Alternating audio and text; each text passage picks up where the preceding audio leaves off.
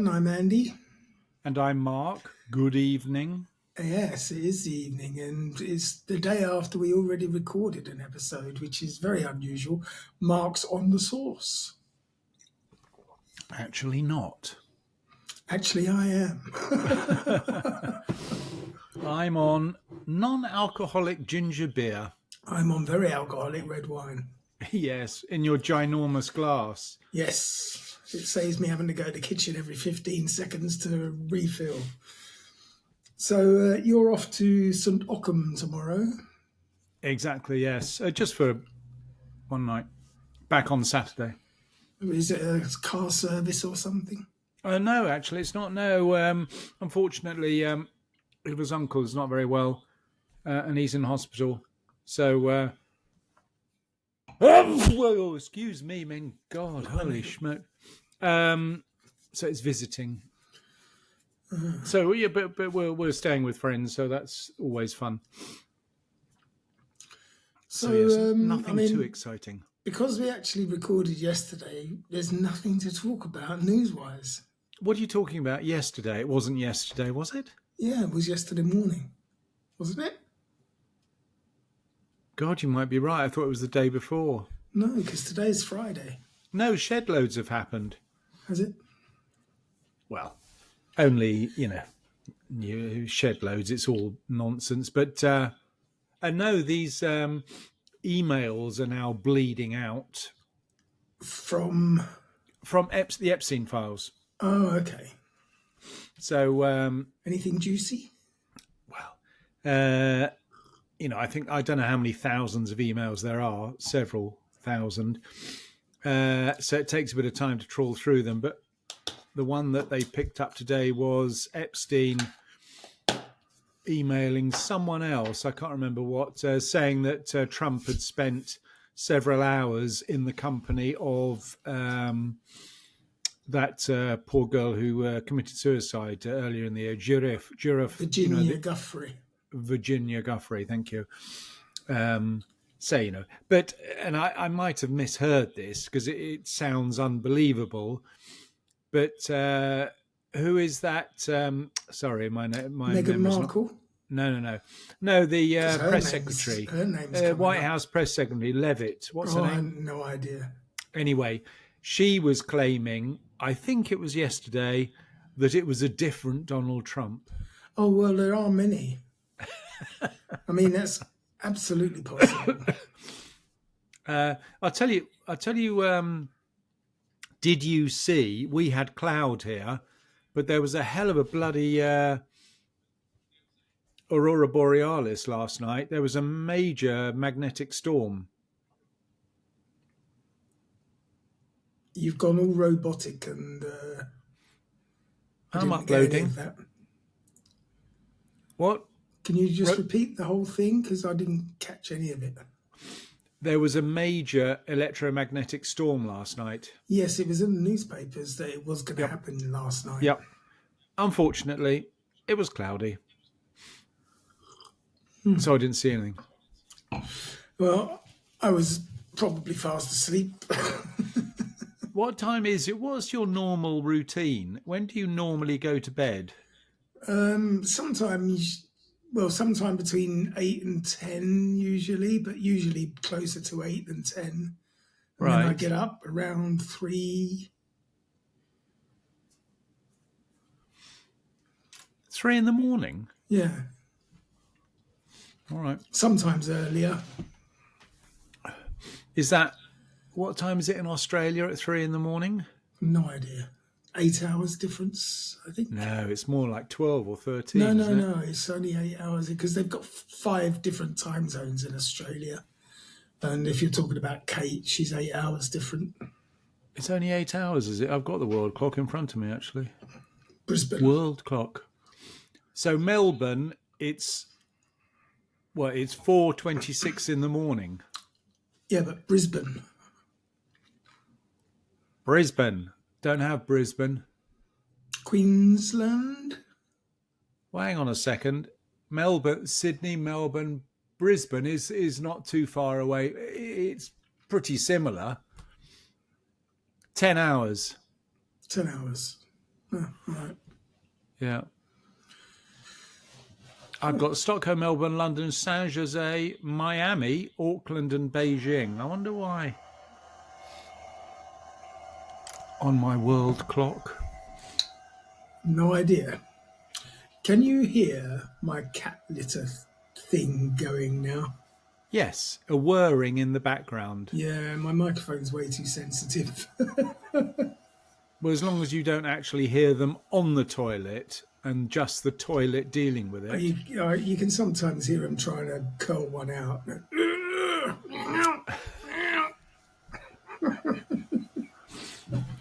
I can't believe you still got that thing. What's wrong with just a cat litter box that you empty occasionally? Well, I have one of those in the bathroom as well. Oh, do you? Do they share? Do they both use? Yeah, they both use both of them. But it's good to have two, just in case there's a queue for the loo. I was going to say, to avoid any queuing action in the morning. But yeah, I thought we'd try another episode because now I've got everything set up here the way it should be. We haven't had many sound effects. Not a criticism of the production standards, but we haven't had many sound effects in the last 2 episodes. Well, we can do one now. And now, a word from our sponsors. That old favourite. Yeah, so do you want to get straight into it? Yes. What time is it? We've only been ranting. You haven't had a single rant. Let me just say one thing. Sadiq Khan. See if I can get you worked up again. That was amazing yesterday. Just mentioning his name, and suddenly you got the whole bloody family criticising the poor fellow. Is there nothing in the news that's happened? The only thing I saw today was some school teacher who masqueraded as a retired admiral for Remembrance Day, and he was in the front line there with his uniform and his fake medals. No, I didn't see. Why? I mean, I don't know, but I don't understand why it's such big news. Really, the guy obviously just wanted to go and pay his respects and thought he wanted a good view, I guess. What is that? When people live in imaginary lives, what beginning with W? Not Wally's World. I can't remember what it's called. Is it a Walter Mitty? Walter Mitty. Yeah, when you take on different characters. Yeah. Have you tried that? Invent a whole new life. Have you ever tried it? My whole life is Walter Mitty.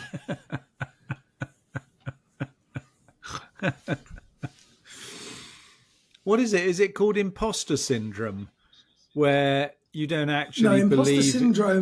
Imposter syndrome is like if you're doing a job that you believe you're not capable of, but you're doing it anyway. Yeah. I think a lot of people. There was a lot of imposters at Norfolk, believe me. It wasn't just a syndrome. Unfortunately, it was probably most of the senior management, but they definitely weren't qualified for the jobs. Do you know the they were worst doing. thing? I was talking to Robin, and he said that basically they're keeping the senior management the same at Leighton. They're going to entrust the very people who ran us into the ground, they're going to entrust them with a whole new heap of investment. It's fucking incredible. It is, isn't it? It really is staggering. Absolutely staggering. What was it Einstein said? Yes, if you keep repeating the same thing and expecting different outcomes, is you're mad. Definition of stupidity. Or insanity, actually, yes. Yeah. Moronity. Yeah. Oh, just one piece talking about senior management. Did you read the story that, this bill they've just passed, that the Democrat, 4 of them or 6 of them crossed the floor and supported the bill? And hidden in that bill somewhere was that the 6 senators who were investigated, not prosecuted, but investigated after January the 6th coup are going to get $1 million in compensation for because they were because investigated. they were embarrassed. $1 million each. There's 6 of them. Well, never surprised by corruption. No, clearly not. I think we should do an episode on corruption. Who was the most corrupt politician ever? Well, I think Donald Trump is striving for that one. Yeah, but I think Putin is streaks ahead of him.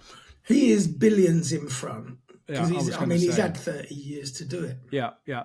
Who was that Philippine woman who had 6,000 pairs of shoes? Imelda Imelda Marcos. Marcos. She must be pretty high up in the ranking. I mean, her and her husband. What was the husband? Imelda Marcos was the General wife. Marcos? Could be. And was it the Philippines? It was, yeah. Yeah. You know, people like that who were there for sort of 20 years or longer, squirreling away billions and billions and billions. Idi Amin is another one.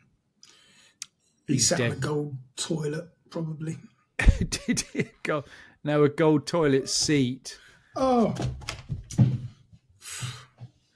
Fucking cat. What He on just earth? jumped across my mixing board and muted you. Well, I'm surprised you noticed. You don't listen to anything I say. Well, he came anyway. straight across me. Yes, we could do one on the biggest embezzlers, political corruption. Yeah, that way we're guaranteed to get a tax audit next year. Tax audit? What? You've got to have a bloody income before you have a tax That audit. would never bother them. They'll find something. Yeah, because we both lead really extravagant lifestyles. They probably think we've got a £1 million a month income stream the way we spend money. Not. Anyway, funny enough, we are talking about money. Oh, really? Today. I know something about money. Yeah, well, I thought you'd enjoy this one, actually. So let me set the scene. You're not going to talk about that fellow who lost several billion of the bank's money when he was just trading currencies or something. No. That was Nick. Yeah, Nick, you're right. Nick Leeson. No, that's the actor. But you're very close. It is definitely Nick someone. Nick someone. A very old, not Rothschild's bank, but something like that. No, it was Bearings, wasn't it? Was it Bearings? Was it Yeah. Bearings Bank? He actually He bought them bankrupted. down. Yeah. Exactly. Yeah. Good man. Finally, a hero in the banking world. In the banking world, yeah, exactly. Anyway, carry on. Money. Go for right, it. so there's a town tucked tightly into the Swiss Alps that for most of the year looks and feels like something out of a snow globe. Quiet streets, pine trees powdered in white, ski Davos. slopes, ski shops, coffee houses, and a bit of a postcard of European calm. But every January, Yep. that stillness is shattered. Yep. Good one. Well done. You must have prepared that ahead of time. Motorcades snake through the narrow roads, and the world's most powerful people descend from private jets at Zurich Airport and rise into the mountains by helicopter. And suddenly, this tiny little alpine town called Davos becomes the symbolic centre of the world. Yep. The air buzzes with talk of global cooperation, stakeholder capitalism, and the future of humanity. The words float like snowflakes, pretty, vague, and easy to melt. CEOs shake hands with prime ministers. Philanthropists rub shoulders with billionaires, and the two are very mutually exclusive. Climate activists pose for selfies with the very oil executives that they criticise. It's part summit, part theatre. And for those watching from the outside, Davos represents something much bigger and maybe something much darker. The idea that power, real power, doesn't rest in parliaments or ballot boxes, but in closed rooms among elites who can afford to be here. The only thing is they're not closed anymore. They don't even bother closing the door anymore. It's that blatant. Well, they don't care. They've already won. What was the conspiracy theory? The financier beginning with S. Scolosi. I'll think of it. All conspiracy theories say that he's controlling the world. Oh, Soros. George Soros, exactly. Thank you, Soros. Is he still alive, that fellow Soros? You don't hear much of him these days. We'll find out in January. He's been left behind, poor We'll have a chap. little look in the door at Davos and see if he's there. I hate to admit it, I had family in Davos. Dear, oh dear. Well, I mean, they live there. I mean, you can give us their names, and when we've got time, we'll put Unfortunately, they don't live there anymore. They're deceased. We got them already. They weren't financiers, I can tell you that. For those watching from the outside, as I say, the idea, the suspicion, is what gives rise to a whole ecosystem of Davos conspiracy theories. And you know me, I do like a conspiracy theory. You do like a good conspiracy. So here we are in the Swiss Alps. Oh, it didn't work. Oh, well done. And these conspiracy theories range from the almost plausible, such as the global elite set policy here, not elected governments, to the bizarre, which is like the World Economic Forum want to microchip humanity. Maybe not that bizarre. But behind every wild claim is something a bit more interesting, a question about trust, about who runs the world and why so many people feel shut out of it. So let's rewind a little bit before we get lost in hashtags and headlines, and before the Great Reset became a meme. We need to understand where Davos came from and what the World Economic Forum actually is, because, like most myths, the conspiracy around Davos started with a grain of truth. The story begins in 19... Is that a toilet going in the background? Yeah, they're having a bit of a poo party. Oh, God.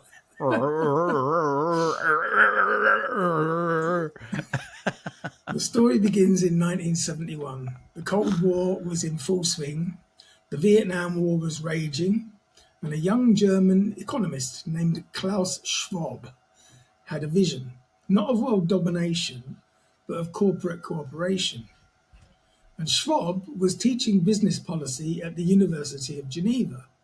And he believed that companies shouldn't exist just to make profit, that they should serve a broader set of stakeholders, employees, communities, and the planet itself. So he invited about 400 European business leaders to a meeting in the Swiss mountains to talk about management theory, ethics, and the future of capitalism. And this was the first EMS, or European Management Symposium, the humble origin of what would later be called the World Economic Forum. So 71. Yes. By the mid-70s, the forum had grown beyond Europe. Heads of state had started attending. The topics expanded from business management to global issues, trade, poverty, technology, and eventually climate change, that great myth.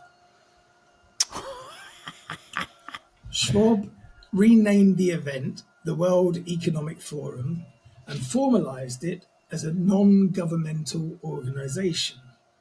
His goal was quite ambitious: to create a space where government, business, and civil society could come together and solve the big problems. In his words, it would be committed to improving the state of the world. A noble mission statement, but one that also sounds a little bit like a James Bond movie line. Vague, lofty, and possibly sinister. Because what does it actually mean to improve the state of the world? And who gets to decide what this improvement looks like? Over the decades, Davos evolved into the premier elite gathering, a place where global CEOs could share the stage with presidents, pop stars, and professors. The event became synonymous with globalization itself, that strange marriage of free markets, technology, and international cooperation that defined the late 20th century. But with fame comes suspicion. Even in the early 2000s, critics accused Davos of being a rich man's echo chamber, a networking event disguised as a think tank. Protesters gathered outside the snow-capped conference halls with signs that read Davos equals global greed. Inside, attendees talked about sustainability while sipping champagne flown in from France. Outside, activists shouted about inequality, hunger, and war. And that tension between the language of saving the world and the reality of maintaining power has always haunted Davos. And it's that tension that later became the breeding ground for conspiracy. Because the truth is, the WEF has no formal power. It can't pass laws, it can't enforce anything, but it does bring together people who do have power. And that's where the line between influence and control starts to blur in the public imagination. The more closed and elite a gathering looks, the easier it is to project hidden motives onto it. To the casual observer, Davos might look like a world government in miniature, the very embodiment of what people fear when they talk about globalism. By the 2010s, that fear had started to evolve. Globalization had lifted millions out of poverty, but it had also left millions behind. Factories closed, wages stagnated. The working class in many Western countries felt abandoned by the same system that Davos celebrated. Then came 2008, the global financial crisis. Banks collapsed, people lost homes and savings, and when the dust settled, who got bailed out? The same financial elites who gathered every year at Davos. And that was the moment when public trust truly fractured. The image of CEOs and politicians shaking hands in Swiss ski towns started to look less like cooperation and more like collusion. By the time populism began surging across Europe and the United States, Brexit, Trump, anti-EU movements, Davos had become a symbol of everything people hated about modern power: its distance, its smugness, its self-congratulation. So when the pandemic arrived in 2020 and Klaus Schwab announced something called the Great Reset, the conspiracy world didn't have to invent new material. The narrative was already written. Davos was no longer just a conference. In the imagination of millions, it had become the control room of the planet. Has any announcement or action ever been announced after Davos? No, because they don't even keep minutes of what goes on in there. Don't they? No, it's all very secretive. I'm actually surprised that many people are interested in what goes on at Davos. I mean, I'm not saying they shouldn't be. I'm actually surprised that, are there lots of people? No, look, if there's any whiff of a conspiracy, you'll find millions of us waiting to find out what the hell is going on. Because, conspiracy is usually misinterpreted. The word conspiracy just means a group of people getting together to plan something. And it doesn't necessarily mean it's fake. No, that's cooperation. Conspiracy is something different. Conspiracy is pulling up theories without evidence. No, you're wrong. No, I'm right. Every theory I'm is always a conspiracy right, Andy. theory. You're never right. That's the whole point of you being here. No, a conspiracy is exactly that. You don't think I have you on here to make me look bad. So anyway, when people talk about Davos, they picture it like a modern-day Versailles, a place where the rich and powerful meet to decide the fate of the rest of us. Is that where Marie Antoinette lived, in Versailles? Yes. The Palace of Versailles. Did she lose her hair? Is that where she said, eat cake? I don't know. I can't remember. I was drunk. You were drunk on that day. And while that's a dramatic image, it's not entirely wrong.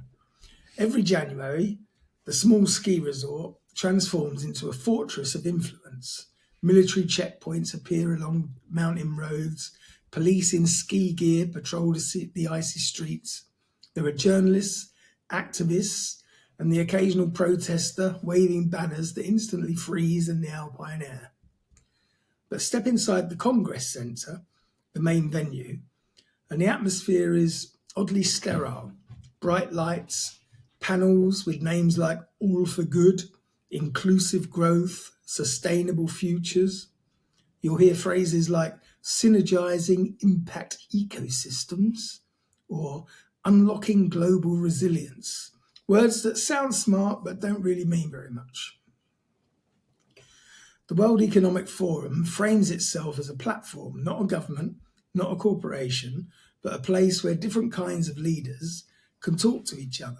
And to be fair, some of those conversations do matter. Deals get made, partnerships are born, and the seeds of international agreements sometimes sprout there. Didn't Greta go to Davos one year? Isn't that where... Didn't she make a speech at Davos? I don't know. Where she was saying that they'd stolen her childhood or stolen She's her accused future. everyone of stealing something from her. Look, don't start troll. knocking Greta. Oh, please don't start me on Greta. She's worse than Sadiq. I think it was Davos that she made that speech. Anyway, carry on. She spent less time at school. I'll tell you what, I do remember one member of a panel. He was a young, either Norwegian or Danish guy. He was a journalist and had been invited onto a panel to talk about inequalities of wealth distribution or something. And he said he was in one of these conference rooms with an audience, sitting with a panel on the stage. And this is as you're describing, it's at Davos. And he said something like, I don't understand all you people talking about, well, why are we sitting here talking about inequality of wealth distribution? You've all arrived on your private jets. Yeah. There's a simple answer, pay your tax. And suddenly the room sort of went pretty quiet. He said, look, there's no bloody mystery in it. Pay your tax and then everybody will be sorted. It's because you don't pay your tax. There was a guy in America who won $2.04 billion on the lottery. Does that make him a billionaire? Well, yeah, of course. Why not? Why not? Because in America, you are taxed on your lottery win. Oh, are you? Yes. So what did he end up with? $500 million? Also, they give you a choice. You can either take a lump sum, which is reduced, or get paid out over 10 years. Yeah. The guy went for the lump sum and he ended up with 680 million. Yeah, tragic. Fucking, yeah.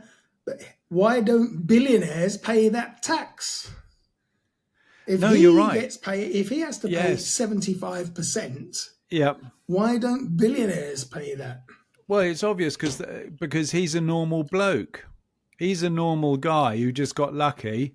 Those other people made their money on the back of the sweat of other workers or their workers. So of course they're entitled to cheat the tax system. It's not cheating. What's it called?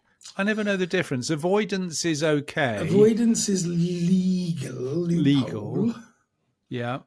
And what's the other one where it is actually illegal? Evasion is illegal. Evasion, yeah. So you see the tax man coming in and you're like, whoop, swerve. It's just... And we've spoken about that. I don't think I ever see people like Elon Musk at Davos, though. He's in drugs and alcohol. He's not I don't think he has ambition to be a world power. What, you don't think the people at Davos are into drugs and alcohol? I think the thing is with Elon Musk, he's a party animal. He doesn't know. He's one of those who doesn't know when to say stop. I think he's more interested in having a funky good time than anything A funky else. good time. Yeah, that's hip talk, man. You wouldn't understand it. You're right, damn right, because it's nonsensical. Okay, Davos. Anyway, carry on. Davos, Sorry, let's be honest. It's basically a place to be seen. It's a red carpet for the global elite, except instead of designer gowns, they wear down jackets and use buzzwords instead of Oscar speeches. Yeah. Critics have called it a class reunion for the one percenters. And if you're one of the people... I don't think it's 1%. I think we're up to the 0.1% these days. Maybe. And funnily enough, I saw quite an interesting comparison. I don't know the figures to my head of what the top 1% represents, what you have to be worth to qualify as the top 1%. It's quite a lot, actually. Even in France, which is, pretty socialist leaning, I think it was 2.5 million euros. I was surprised, actually. That's not a great deal, though.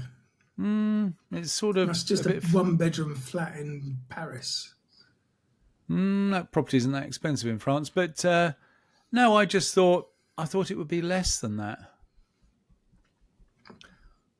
I obviously assumed I was part of the 1%, but it seems I'm not even in the top 10% anymore.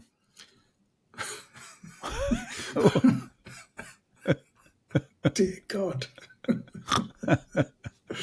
Do we need one of these? That's quite nice, a cicada.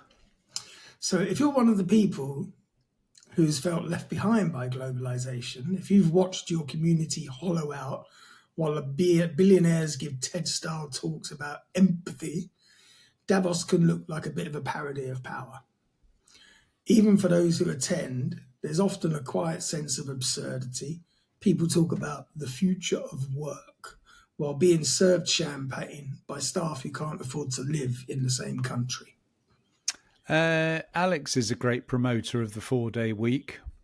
I'm a great believer of the 1-day week. I know, but that's because you want to avoid any sort of work. I'm fucking about 62. Normal people, 4-day week is more productive. Well, the contradictions are glaring, and that's what makes Davos such an easy target. To outsiders, it's not a leap to imagine that this is where the real decisions are made, not in Washington or Brussels, and certainly not London, but over wine in a mountain chalet. And while that's Think of a good Swiss wine. Red, I don't know. No, that's too cold. No, they have. It's mainly white. It's got to be white, but I don't think they sell much wine in Switzerland. I would have no idea. I've never been. But I mean, I have a feeling most Swiss wine. You've probably got a ski retreat there. No, next to George Clooney. Why does he? Oh, really? I'm tempted now. Then is Lake Geneva in Switzerland? Of course it is Geneva. You idiot. Well, yes. That's where he lives. That's where he's got a lodge. Lake Geneva. Oh, is it really French-speaking part of... I wonder if his missus speaks French then. Maybe he does. I thought he was more Italian-leaning. I thought it would have been something more like Lugano or something. I don't know. I'm looking it up. Swiss wine. Carry on. Okay, so while it's not literally true, the truth isn't very comforting either, because influence doesn't always need to be official to be real. When CEOs, bankers and political leaders spend a week mingling, talking about regulation, taxes, climate or technology, they don't need to sign secret documents to shape the future. Shared ideas, shared interests and shared world views can do that work quietly, as we discussed in the... What? The... preamble. No, the other episodes that you enjoyed. Oh, the Fabian Society. Yes, the Fabian Society episodes. And that's the subtle, uncomfortable reality of Davos. It's not a conspiracy in the dark, it's a consensus in the daylight. Thank you. That's the point I made, didn't I? All those minutes ago, I said they even bother leaving the door open. Well, they're willing to let you see that they're joining together. But what they're not willing to do is tell you what the hell they were talking about. Now, while you take a sip of wine, I can quickly tell you they do actually have quite a variety of wine, both white and red, in Switzerland, but 98% of Swiss wine is consumed domestically, so they export very, very little. So that's why I think it's rare. I wonder if it becomes more expensive simply because of its rarity. Well, everything is expensive in Switzerland. So to understand why so many people believe Davos hides a secret agenda, you have to look at the psychology of the power and alienation. When the world feels chaotic, when decisions made far away reshape our lives, we naturally want to believe that there's someone or some group pulling the strings. And it's easier to imagine a room of masterminds than a system that's just messy and unjust. Davos provides the perfect stage for this projection. The names alone, Bill Gates, George Soros, Jeff Bezos, Christine Lagarde, they're lightning rods for suspicion. And in heads of state and tech billionaires, you've got the perfect cocktail of wealth and influence to fuel the idea of a global elite. And it doesn't help that the WEF's language is, frankly, fucking strange. It's full of corporate utopianism, phrases like reshaping the future. I mean, the future hasn't been shaped yet because it's the future. That is a contradiction in terms, isn't it? Harnessing the fourth industrial revolution. When was the third and the second? I'm not sure. I remember the first. Global public-private partnerships. That's basically selling off all the gas and the electric. Indeed. And look where that left us. Yeah. To someone outside that world, it can sound like code, like they're hiding something in plain sight. But if you look closer, what you actually see is less malice and more myopia. What's that? What's myopia? Short-sightedness. All right. The people at Davos often believe that they're doing good.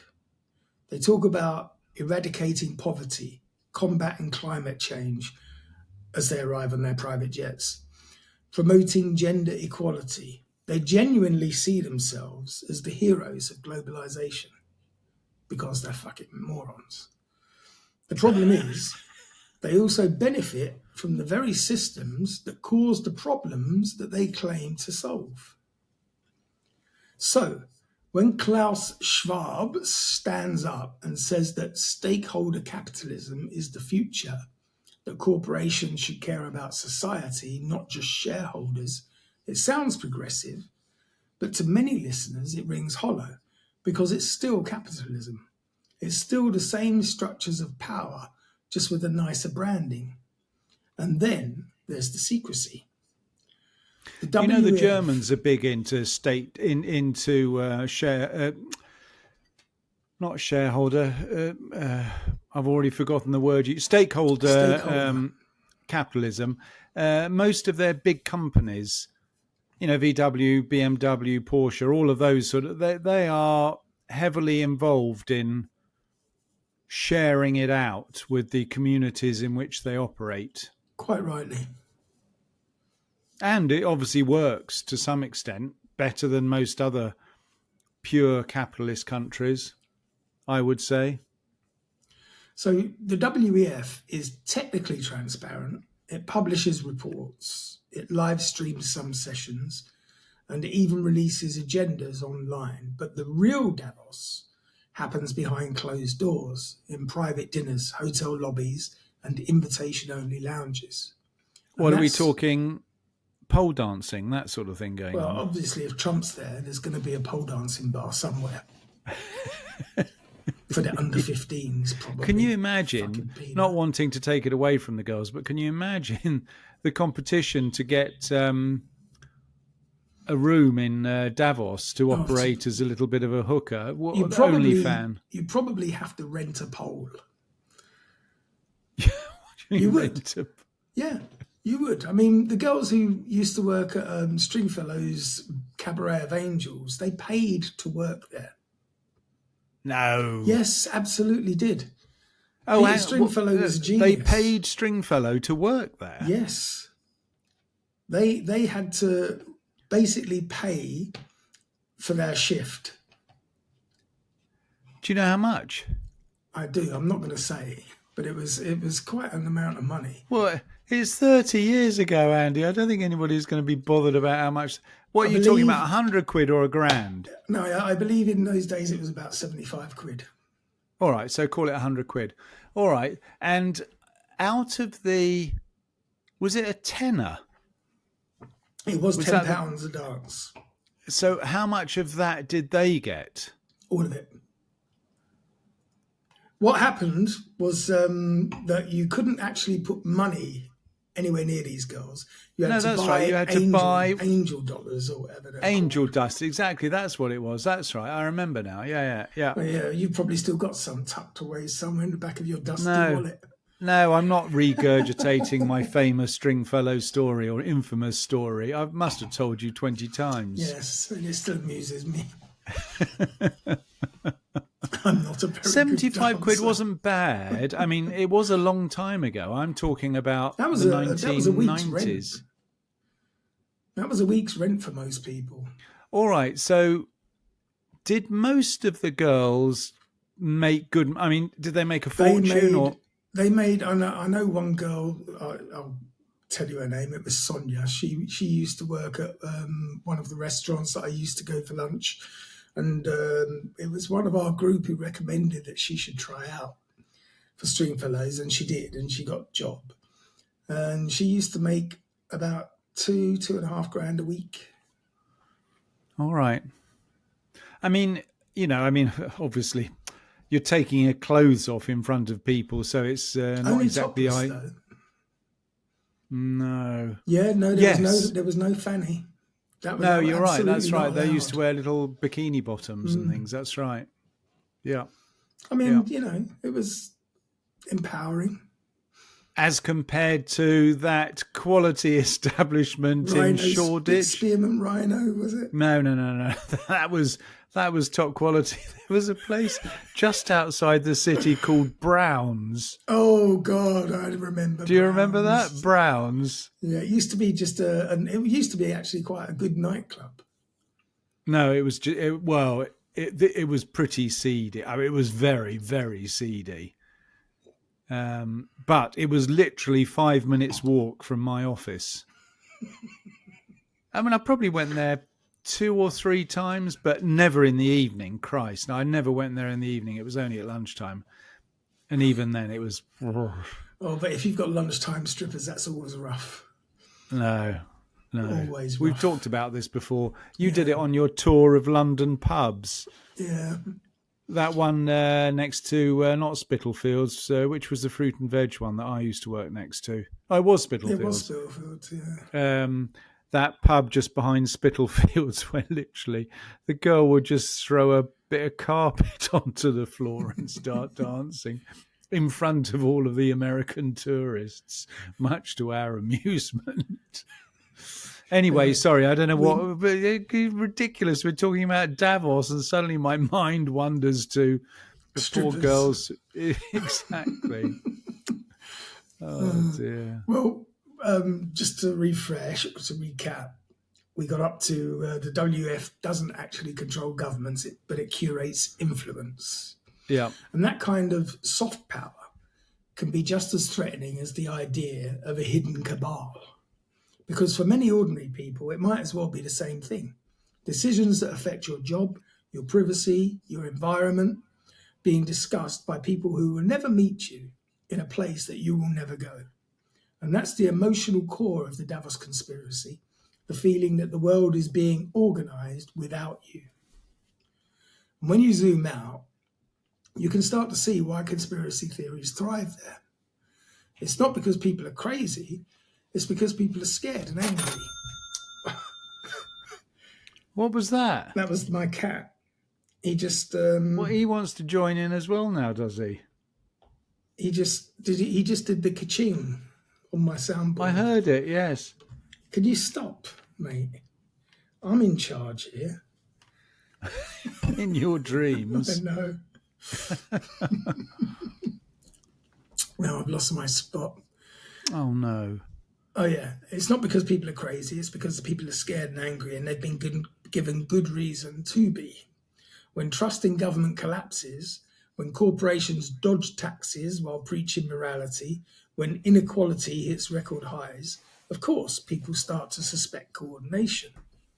And when the WEF starts talking about global governance, data-driven societies, and the Great Reset, it practically writes its own conspiracies. The irony is that Klaus Schwab and the WEF genuinely believe in cooperation. They think the problems of the world are too big for any one nation to solve alone. But the way they express that belief, through elite gatherings, jargon, and vague slogans, makes them look exactly what their critics fear: an unelected world government. Davos is the Rorschach test of modern politics. What's that? What's Rorschach? Rorschach, the ink blot. All right. When you have I see, where butterflies or crazy it's a big people. fanny. Yeah. It's another fanny. That one's a fanny.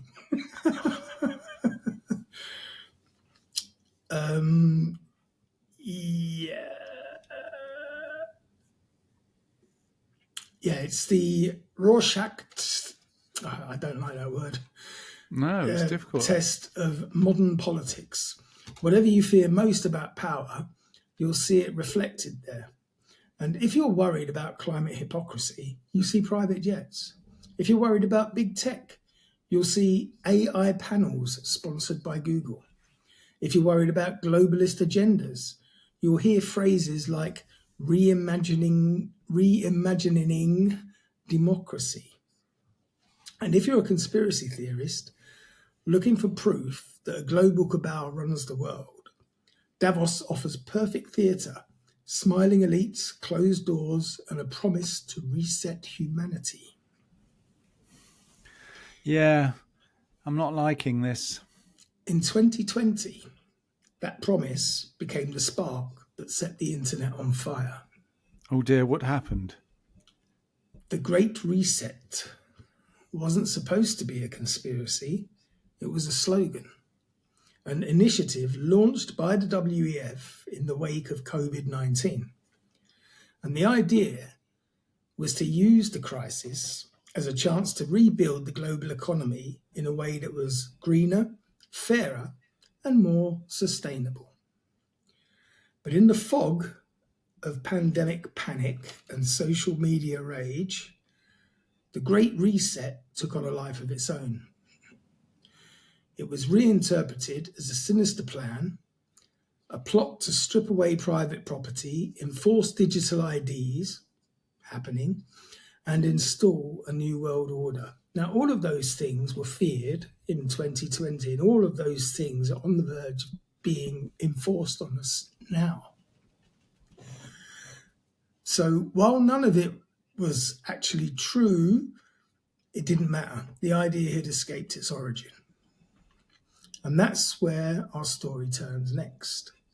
From the snow-covered slopes of Switzerland. Wrong. What's that? Sorry, What's that? Scratching. I've got the wrong. There we go. No. You are crap at this. I think it's better when the cat does it. He changed my soundboard. It was on the wrong page, as it were. Look, just let the cat do it. No, I'm putting him out of a job. You're right. So yeah, we're leaving the snow-covered slopes of Switzerland to go to the wildfire of the internet, where Davos became shorthand for everything that was wrong with the world. And now, a word from our sponsors. Uh-huh. Now, we have a choice. We can continue unabated, or we can do a part 2. We can do a part 2 if you like. We've left Davos and now we're just going to talk about conspiracies about people like Soros and things like that. We're going to talk about the Great Reset and the storm it caused in 2020 to start. Is that when you talk about the Great Reset? Was that actually a thing? Yes. Yes, it was an idea put forward at Davos. What, a bit like Project 2025?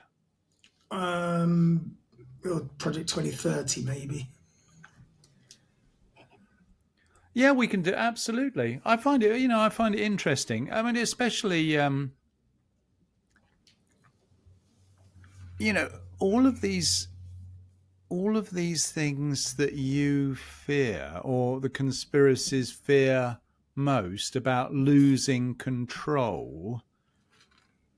When you consider that, we've touched on it before, when you consider that all of these people basically rely on some form of consumption.